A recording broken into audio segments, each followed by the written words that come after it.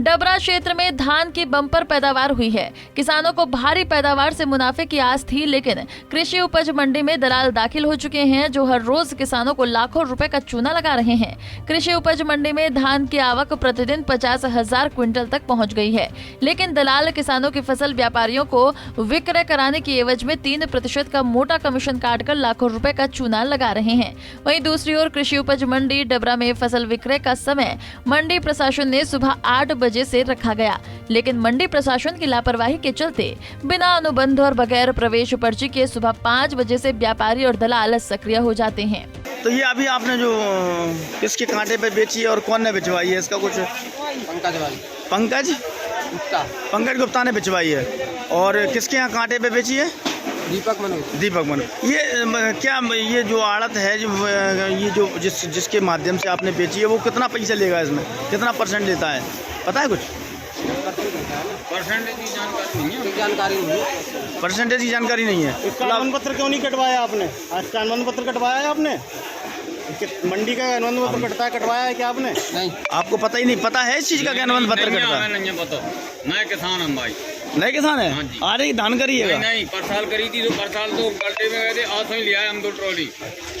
मंडी के नियम के मुताबिक किसान अपने ट्रैक्टर ट्रॉली को नीलामी प्रक्रिया के लिए एक लाइन से लगाएंगे, जहां व्यापारी फसल की बोली लगाकर अनुबंध पत्र के अनुसार फसल विक्रय कर सकते हैं। लेकिन कृषि उपज मंडी समिति में दलाल और व्यापारी मिलकर किसान के साथ खुली लूट कर रहे हैं। जानकारी मंडी प्रबंधन को भी है और सरकार को भी, लेकिन मंडी में सरेआम दलाली की जा रही है।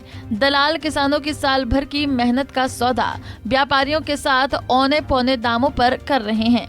इसकी एवज में दलाल किसानों से 3% का कमीशन काटकर भुगतान कर देते हैं।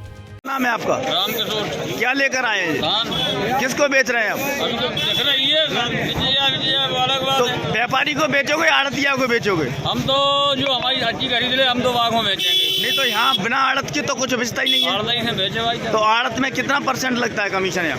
और जो लगा तो भाई अपन नहीं, फिर भी लगता तो होगा ना? 1%, 2%, 3%, 4%। भगवान जाने, अपन ने नहीं पूछी आज तक। मतलब भगवान जाने का इस चीज को कि वो क्या लेंगे, मतलब आपको परेशान करेंगे। परेशान करे ना करे, मुझे ही परेशानी में है जो मतलब परेशान ही तो हो रहा है। किसान परेशान है, मंडी में सुनवाई नहीं है। किसान परेशान है, मंडी में सुनवाई नहीं है। मंडी का कोई कर्मचारी यहाँ है? समझ में नहीं जाऊँ। ये दो जो आपने जो लटका रखे हैं, ये क्या है? एक में सूखी, एक में गीली। अच्छा, सूखी। वहीं दूसरी ओर जब किसान व्यापारी के तोल कांटे पर पहुंचते हैं तो 100 से लेकर 200 तक की मल्हार लगाकर किसानों को हजारों रुपए का नुकसान भी हो रहा।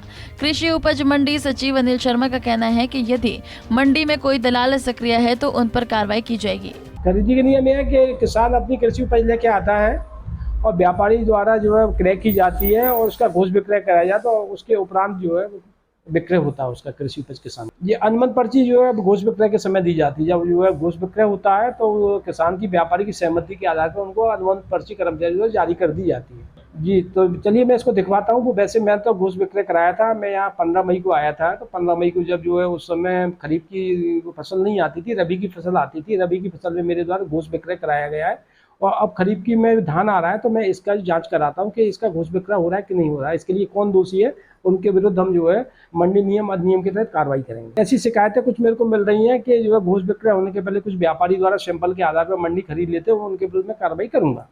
वो प्रवेश पर्ची भी चूंकि क्या है कि हम गेट नंबर 3 से जो है ट्रॉलियों का प्रवेश कराते हैं और गेट नंबर 2 से हम उसका निकासी कराते हैं। और निकासी करने के उपरांत जो है हम लोग जो उसका वो देखते कितना ट्रैक्टर आया, उसका वो रजिस्टर में एंट्री कराते हैं और एंट्री कराने के बाद हम उसका घोष विक्रय कराने के बाद अपना नीलाम पर्ची से उसका मिलान कराते हैं और जिससे हमें ये मालूम हो जाता है आज मंडी में इतना ट्रैक्टर आया, इतने किसान ने इतने कुंटल कृषि पर बेचा। मंडी सचिव भले ही कार्रवाई का आश्वासन दे रही हों, लेकिन कार्रवाई कब होती है ये भी बड़ा सवाल है, क्योंकि कार्रवाई का इंतजार करते करते अगला सीजन आ जाता है, लेकिन कार्रवाई के नाम पर कुछ नहीं होता। दलाल और व्यापारियों का ये गठजोड़ बहुत पक्का है। इस पर कड़े प्रहार की जरूरत है ताकि किसानों को उनका हक पूरा मिल सके। पंजाब केसरी टीवी के लिए डबरा से भरत रावत। हमसे जुड़े रहने के लिए हमारे YouTube चैनल को सब्सक्राइब करें और नई वीडियो की नोटिफिकेशन के लिए बेल आइकॉन को दबाएं। अगर आप ये वीडियो Facebook पर देख रहे हैं तो लाइक जरूर करें और ज्यादा से ज्यादा शेयर करें। धन्यवाद।